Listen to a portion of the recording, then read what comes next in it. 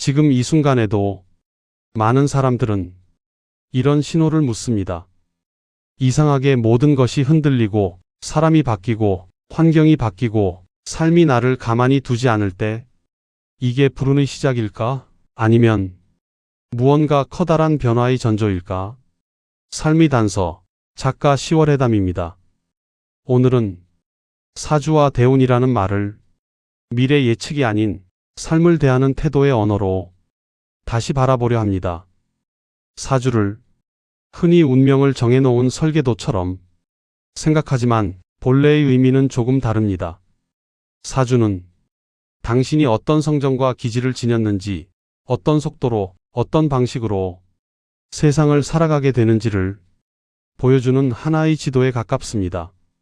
어떤 이는 세단처럼 민첩하고 빠르고 어떤 이는 화물차처럼 느리지만 오래갑니다. 중요한 건 차의 종류가 아니라 그 차를 몰고 어떤 도로를 어떤 태도로 지나가느냐입니다. 운이란 그 도로의 상태와 같습니다. 포장도로일 때도 있고 비포장도로일 때도 있습니다. 그러나 도로가 험하다고 해서 인생이 실패가 되는 것은 아닙니다.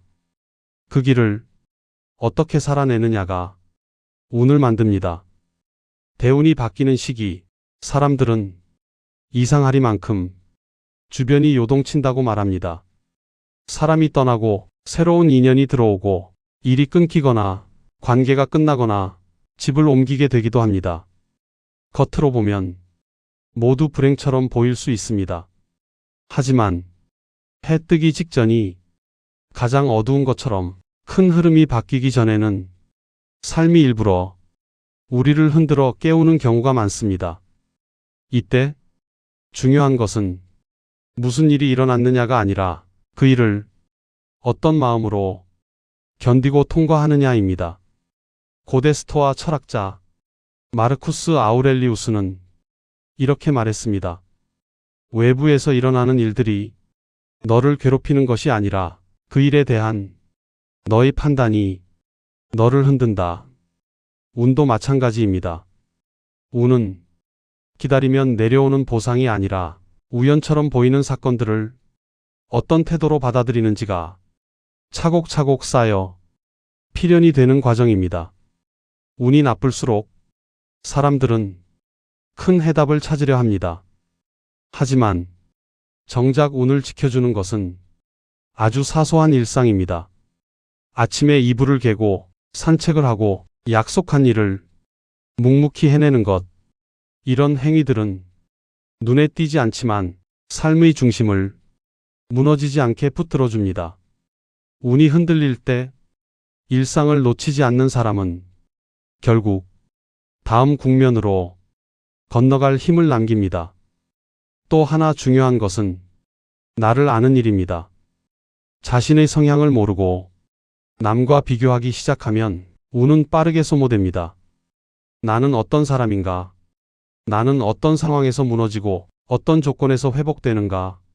이 질문에 정직해질수록 타인을 덜 원망하게 되고 삶은 조금씩 가벼워집니다. 그리고 인연에 대한 감각이 달라집니다. 운이 열리는 시기에는 이상하게 사람이 중요해집니다. 곁에 두기만 해도 시야가 넓어지는 사람이 있는가 하면 만날수록 에너지가 빠져나가는 사람도 있습니다. 횡설수설하고 늘 남을 탓하고 불만으로 가득 찬 인연은 초기에 손실이 있더라도 거리를 두는 것이 지혜입니다. 반대로 조용하지만 통찰이 있고 말이 적어도 삶의 결이 단단한 사람은 당신의 운을 조용히 끌어올립니다. 관상이라는 것도 결국 얼굴 생김이 아니라 오랜 시간 한 방향으로 살아온 태도가 겹겹이 쌓인 흔적입니다. 대운이 온다는 것은 갑자기 복권에 당첨되는 일이 아닙니다. 삶을 대하는 태도가 이제 다음 단계로 옮겨갈 준비가 되었다는 신호에 가깝습니다. 지금 당신의 삶이 흔들리고 있다면 그것은 벌이 아니라 질문일 수 있습니다. 이 길을 이 태도로 계속 갈 것인가? 오늘의 이야기가 당신에게 조급한 기대가 아니라 조용한 기준 하나를 남겨주었다면 그걸로 충분합니다. 운은 밖에서 오지 않습니다. 당신이 우연을 대하는 태도 속에서 이미 만들어지고 있습니다.